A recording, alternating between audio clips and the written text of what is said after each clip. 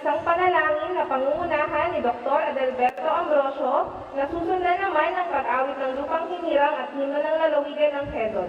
Pagkatapos ay ang panunumpa ng katapatan sa watawat ni Dr. Mirka Valente at Panatang Makabayan ni Ginang G. Era Amat at susundan naman ang paglilingkod ng kawani ni Dr. Maria Cecilia Martinez at ang mission and mission na pangunahan ni Ginang Maria Cecilia Casino at Ginang Melanie Oblamia.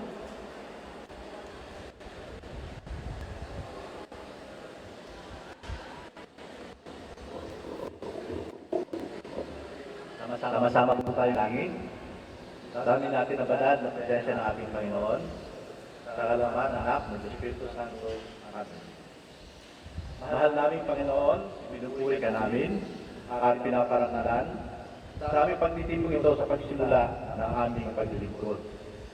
Maraming salamat po, Panginoon, sa maraming kayaya na patuloy ninyong pinagkakaloob sa amin.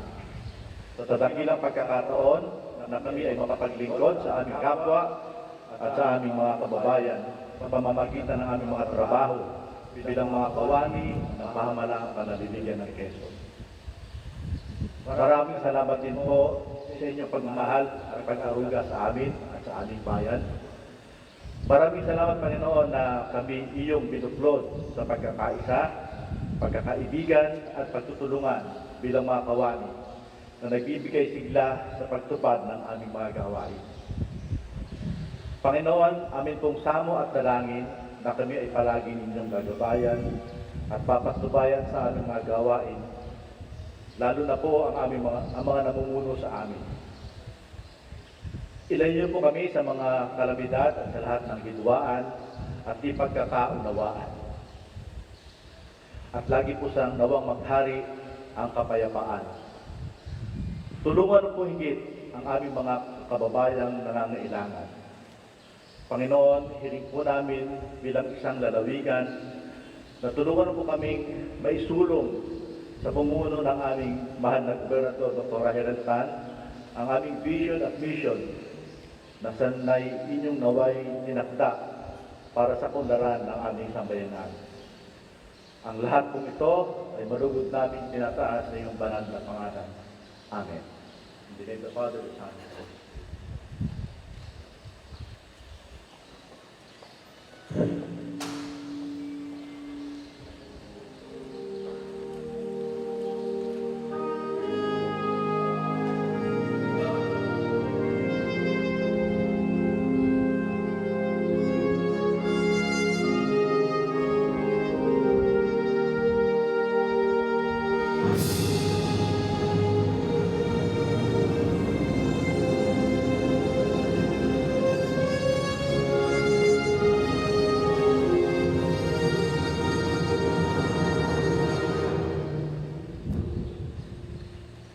Mga kalalawigan, ang pambansang awit ng Pilipinas.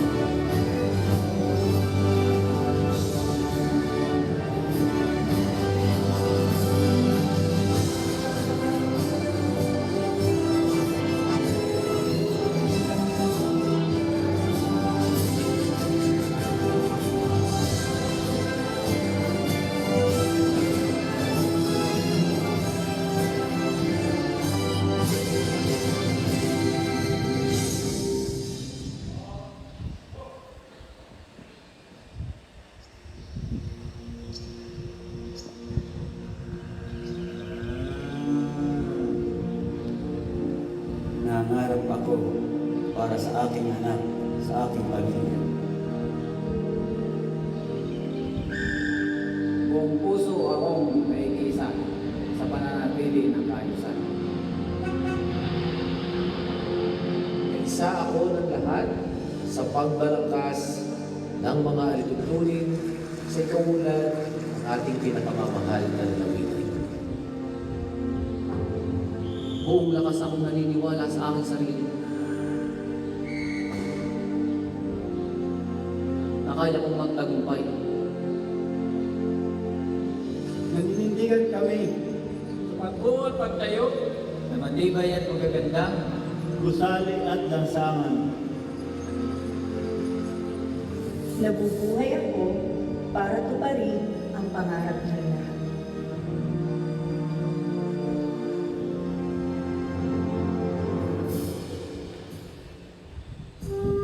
Pagmamahal namin sa kalikasan, at katutubong kaalaman Ay mahalaga para sa ating lahat. at pangmatagalan na kaunlaran at mas progresibong pamayanan. Buong puso akong nabubuhay para sa kalusugan ng lahat ng mamamayan.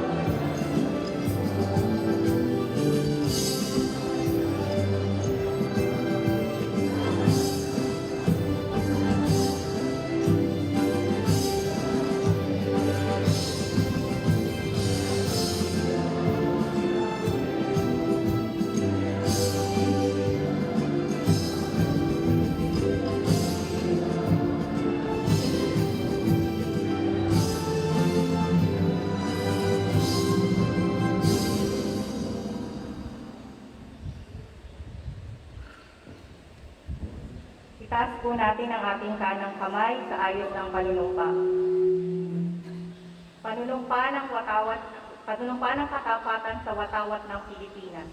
Ako ay Pilipino, buong katapatang nanunumpa sa watawat ng Pilipinas at sa bansang kanyang sinasagitan, na may dangal, katarungan at kalayaan na pinakikilos na sambayan ng makadiyos, makakalikasan, makatao at makabansa.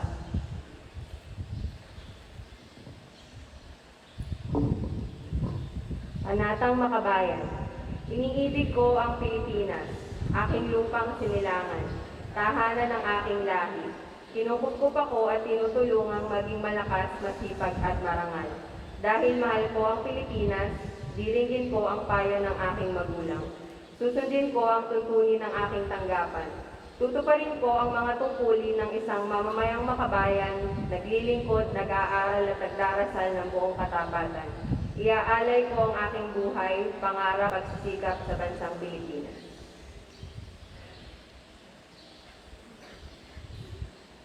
Muli po natin itaas ang ating kanang kamay at sabay-sabay po natin igasin ang panunumpa ng lingkod bayan.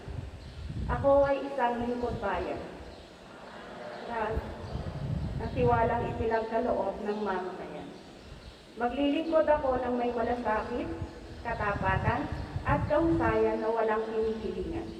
Lilinangin ko ang aking sariling kaalaman upang sa lahat ng panahon ay mapaglingkuran ko ng may kahusayan ang buong sambayanan. Hindi ako makikibahagi sa mga katiwalian sa pamahalaan. Pipigilan at isisiwalag ko ito sa pamamagitan ng tama at angkop na pamamaraan. Inasabuhay ko ang isang lingkod bayang makadiyos, makatao, makakalikasan, at makabansa. Tutugon ako sa mga hamon ng makabagong panahon, tungo sa adhikain ng matatag, maginhawa at panatag na buhay. Sa mga tungkulin at hangaring ito, kasihan nawa ako ng may kapal.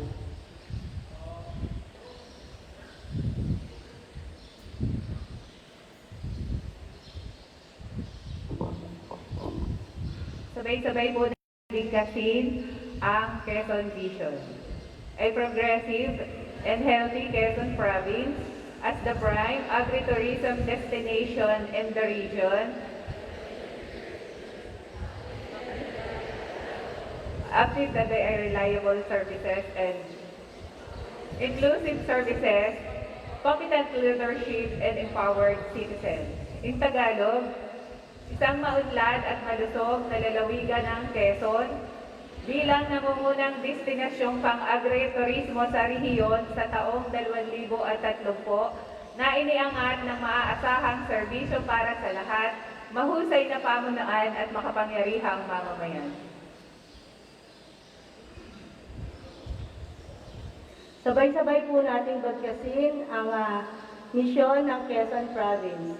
Quezon Province shall maximize its full potential to be a prime agritourism destination in the region through a sustainable investment-friendly environment, optimized utilization of resources, provision of infrastructure and support services, and harmonization of policies and programs.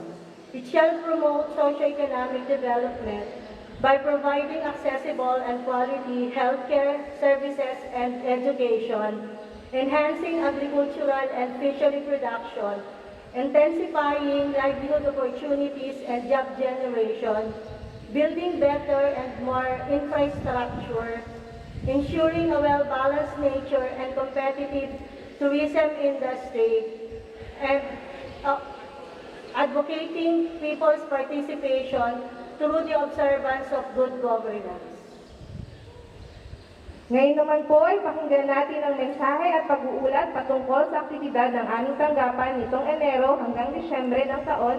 Pakinggan po natin ang aming napakagaling at napakasibag na pinuno ng tanggapan, walang iba kundi si Dr. Plomela Cabigla.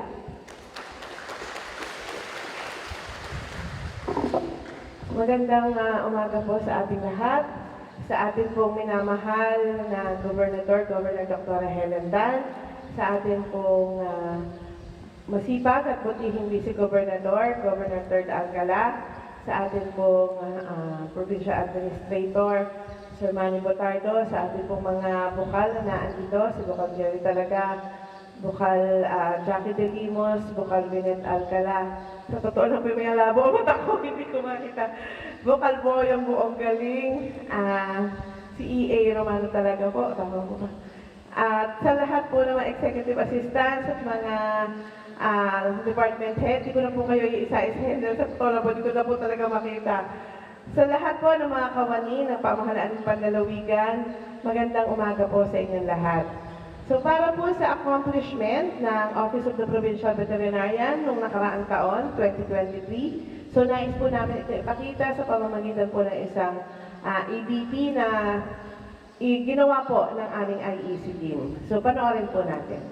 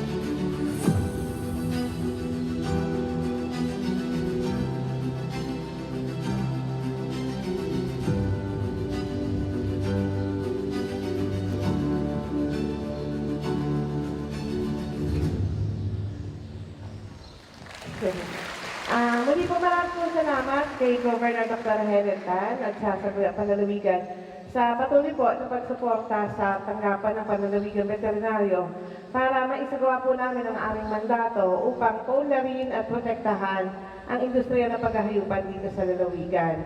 Nais ko rin po sana pasalamatan at bigyan po kayo ang aking mga kasamahan na sila po ang nasa likod ng aming accomplishment. So, ang amin pong umaakto bilang Assistant Provincial Veterinarian, si Dr. Adel Alberto po. Ayan. Sa Livestock and Poultry Development Division po, sa pamumuno ni Dr. Milka Valente. Ang Veterinary Regulatory Division po, sa pamumuno naman ni Dr. Cecil Puresa Martinez. Ang Animal Health and Welfare Division po, sa pamumuno po ni Dr. Philip Maristela. Pero sa ngayon po kasi ay nasa Buling-Buling Festival po sila sa Katanawan dahil meron din po kaming veterinary medical mission doon. And ang aming pong administrative division sa pamumuno naman ni Ms. Melanie Ognania. So, nais ko din po sana magbigay ng konting mensahe kasi doon po sa present namin, siguro po nakita nyo, medyo nakakaangat na po tayo doon sa African Swine Fever. Ano po? So tayo po ngayon ay Avian Influenza Free Province, pero hindi pa po tayo nagiging ASF Free Province. Ano po? So, sa buong Pilipinas po, patuloy pa rin po na sumusulpot ang African Swine Fever. Ito po ay wala pang sakit, wala pa po itong gamot, wala pa po itong bakuna. So, sa ngayon po, talagang ang makakapigil lang po para makapasok ang virus ay ang mahigpit na pagpapatupad ng biosecurity. So, yun nais ko lamang po sana ipaalala sa ating mga kababayan. Although marami na po tayo mga munisipyo na na-consider na po as ASF-free municipalities, pero yung banta po ng sakit ay naandyan pa rin. Ano po. Sa darating din pong Marso, ito pong darating na buwan, ay meron po tayo, i-observe po natin yung Rabies Awareness Month. So, para po sa Marso, meron din po kaming mga ilang medical missions. Ano po? So, every Monday po, dito po sa Perez Park, ay magkakamuha po kami ng veterinary medical mission. So, yung po mga taga-malapit, yung po mga taga-Kapitolyo, maaari po kayo magdala ng yung aso at pusa para po sa libreng konsulta, libreng purga, at syempre po, libreng bakuna laban sa rabies. And then, meron din po kaming tinatawag naming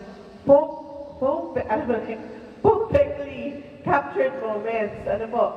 So, i-reflex nyo po yung fur babies nyo, pictures, kasama kayo, para po ito sa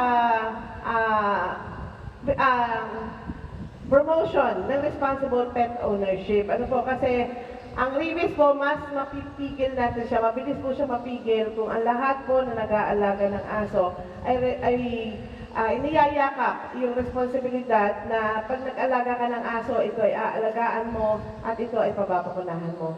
So, ito po yung po mga guidelines kung paano sumali sa perfectly captured moments.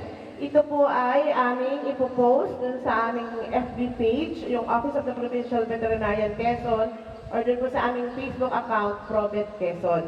So, sa lahat po ng mga may fur babies, may aso, pusa, so, mag-picture na po kayo, kasama sila, pwede po kayo sumali. Ang means po ng pananalo ay sa pamamagitan ng comment picker. Ano po? And then may mga special awards din po kami. So, sali na po kayo, pwede pong madami, kung marami po kayong aso, pwede po kayo maraming entry.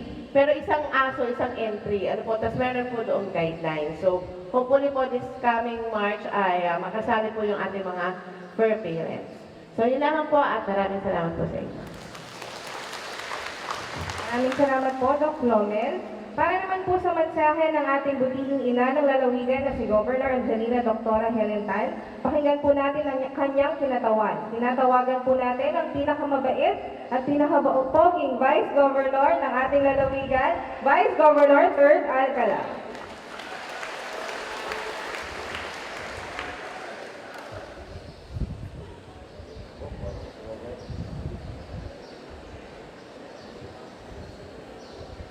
Pinaka-pogi ha, hindi kita tatawagin.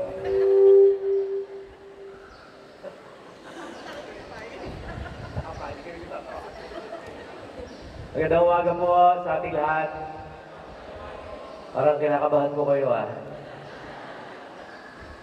Kanina kita ko si Sir Anton na nakapikit pa, nagme-memorya. Pag mulat, hindi pa rin alam. Una po, binabati natin, nanonood po si Ma'am ha. Kasama po kami kahapon, so tayo manonood. Kaya, good morning po, Ma'am. Sa ating pong Provincial Administrator, kay Ivani, kay Iwano, kay Bukal Boyo, Bukal Benet, Bukal Jackie, at Bukal Jerry, magandang umaga. Sa inyo po lahat, department guys na kinakabahan din. Ang kapwa ko manggagawa, magandang umaga. Una po, congratulations, Ma'am Plomen. Kasama po namin si Ma'am Plomen doon sa 2 araw naming mission. Kasama ko yan sa isa sa mga services, yung pagtuturok sa mga hayop at pagbibigay ng vitamina. Ano po? So, palakpakan po natin ang office po ni Ma'am Plomen. Provincial Vet. Congratulations po. Ligtas po kayo ngayong araw na ito. So, bilin na bilin po ni Ma'am. Third, ikaw nang bahala. Eh, sabi ko, Ma'am, ako naman mabait. Di naman po ako sa lista. Pabalik po ang gagawin kong pagmemorya. Unahin ko na po siguro, ay meron po ako lista. 2 lang para mabilis. Ano po?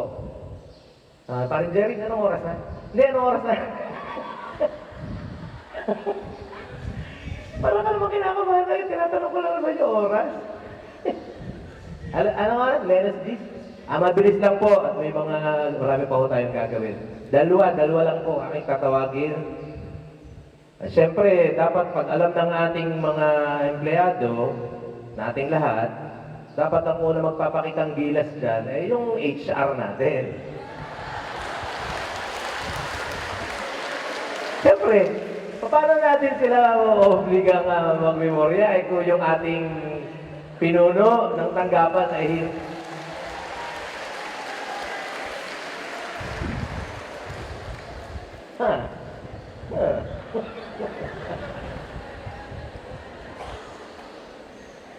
Mission, vision. Yan. Palakpakan po natin si Sir Wen. Okay, tira. Kadang bala sa akin, Vice, pag nakalibot. Ang vision po ng lalawigan ng Quezon. Isang maunlad at malusog na lalawigan ng Quezon bilang nangungunang destinasyon pang-agriturismo sa rehiyon sa taong 2030. Nanyangat ng maaasahang serbisyo para sa lahat, masayang pamunuan o mahusay na pamunuan? Mahusay na pamunuan at makapangyarihang mamamayan. English po naman. A progressive and healthy Quezon Province as prime agri-tourism destination in the region by 2030, uplifted by reliable social inclusive services, competent leadership, and empowered citizens.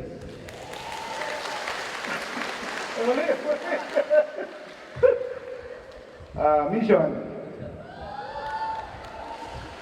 Quezon Province shall maximize its full potential to be agri-tourism destination in the region by 2030, in the region by reliable, sustainable, investment-friendly environment,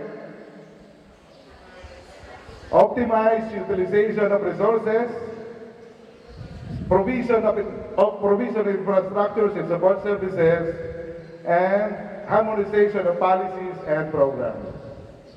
It shall promote socio-economic development by providing accessible and quality healthcare services and education, enhancing agricultural and fishery production, intensifying livelihood opportunities and job generation, building better and more infrastructures, ensuring well-balanced nature and competitive tourism industry, and advocating people's participation through the observance of good governance. Yan, ang galing niya. Tandaan, baka malimutan. Congratulations po, Sir Ruel. O, isa pa siguro, last na, no? Bago natin tawagin si kay Manny. Siyempre, pag alam ng ating mga pinuno, ng ating mga manggagawa, dapat alam din na nagpo-post yan ng TikTok. Eh di si Ma'am Lenny.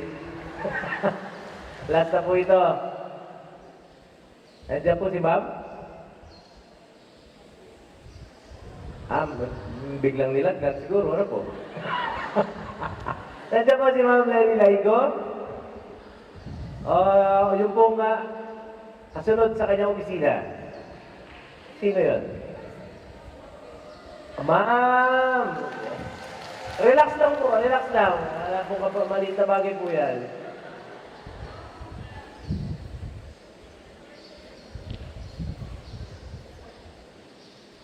Bigyan po natin ng palakpakan para ganahan.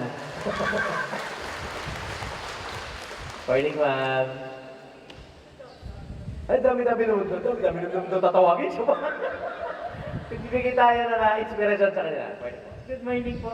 Bakit po pagka-rapol, hindi ako nananalo? Bakit po dito natawag ako?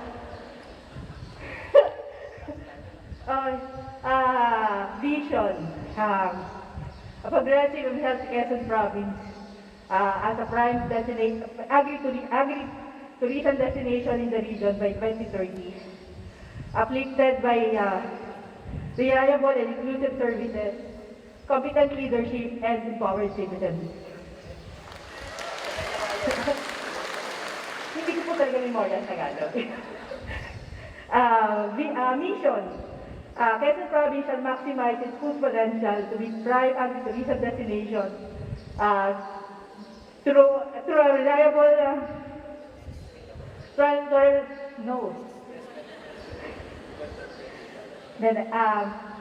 anong mission na tayo? Shall maximize its full potential to be a prime agri-tourism destination through a reliable, sustainable, investment-friendly environment, reliable, optimized utilization of services, provision of core infrastructures and local and support services, and harmonization of policies and programs. It shall promote socio-economic development by providing accessible and quality healthcare services and education, ensuring enhancing agricultural and fishery production, intensifying livelihood opportunities and job generation, rebuilding better and more infrastructures, ensuring a well-balanced nature and competitive tourism industry, and advocating for people's empowerment, participation through the observance of good governance. Congratulations, ma'am. Galing, galing. Palakpakan po natin ulit si ma'am. So, okay po. Pwede na po kayo makahinga ng maluwag-luwag. Tarantan, nakakapahinga ka na. Anong oras na ulit ba, Ball Jerry? So, yun naman po, barang bilin po ni ma'am. Kaya ho, nung lagi na binabakit sa atin, simulan natin ang linggong itong naglilingkod sa ating mga kababayan ng may ngiti sa ating mga labi. So again, patuloy po tayong magtatawag, linggo-linggo. At mamaya po ata bibisitahin tayo through EA Mano ng ating representative sa Miss Universe. EA, ano po? Si Ma'am Atisha Manalo. So let's root for her. She represents the Quezon Province in the Miss Universe Philippines. Tama? Miss Universe Philippines. Inter-province mo na, parang ganun. Yun lamang po. Have a good day. Pasa ko na po ang mic sa ating MC.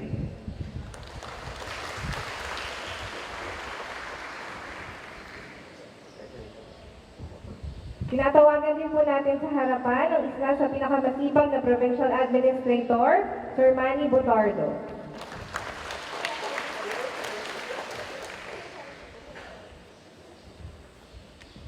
Mission Vision.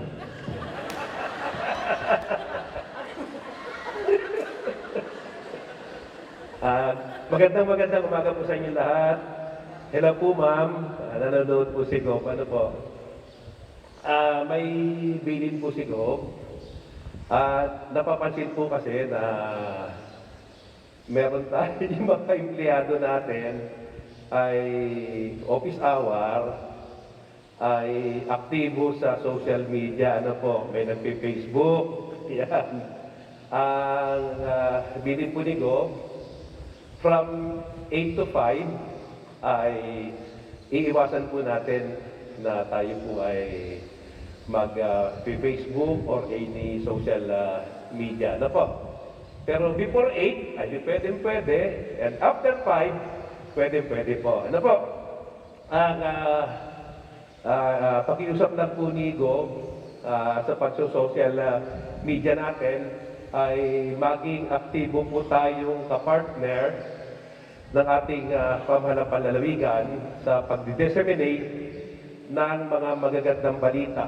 Yung pong mga ginagawa po natin dito na magaganda, yung mga medical vision po natin kahit Sabado, Linggo, na oras na dapat ay nagpapahinga na, ay nagtatrabaho pa rin ang ating mga kawani sa pangunguna po ng ating minamahal na gobernador. Ano po? So, tulungan po natin na yung pong ating PIO, mag-follow po tayo sa ating pong official page sa Facebook, yung pong Provincial Government of Quezon, at magtulungan po tayo na let us spread the good news sa ating pong mga kalalawigan. So, yun na po muna, at gaya po ng bilin ni Gob, ni Vice Gob, let's have a very productive week ahead of us. Maraming salamat po. Maraming salamat po, PA Butardo. Meron pa po bang ibang announcement mula sa ibang tanggapan?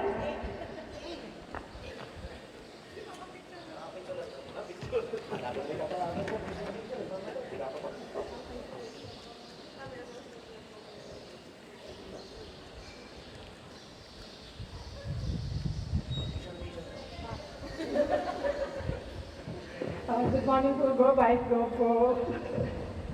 Magandang umaga po sa ating pong lahat mula po sa tanggapan ng Integrated Provincial Health Office po.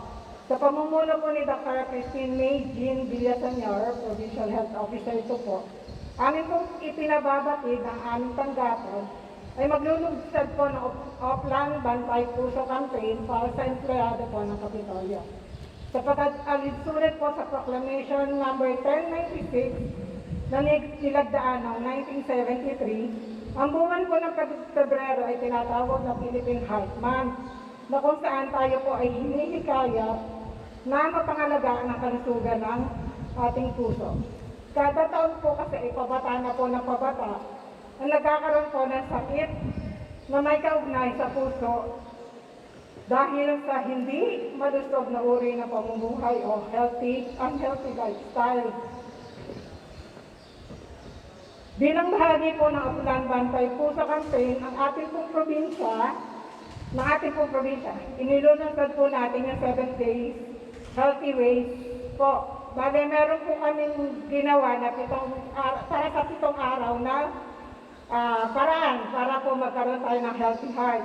Una po yung Monday po, tinawag po natin ito na Move It Monday. Kumbaga, magkakaroon po tayo ng mga 30 to 45 minutes na ehersisyo katulad po ng Zumba. Yun ang pong Tuesday ay Choose Green Tuesday, yung pong pagkain ng 3 servings po ng gulay kada maghapon. Na isa pong kalahati hanggang 1 cup yun po ang recommended. Day 3 po ay yung No Meat Wednesday na ipinagbabawal o hinihikayat na iwasan po natin ang pagkain ng karne ng baboy, manok at baka. Yung pong Thursday po naman ay yung pagkain po ng mga prutas. Ganon din po sa kagaya ng gulay, 3 times a day din po yun. Yung pong Friday ay no fried o ang pag-iwas po sa mga prito o fast foods po na pagkain.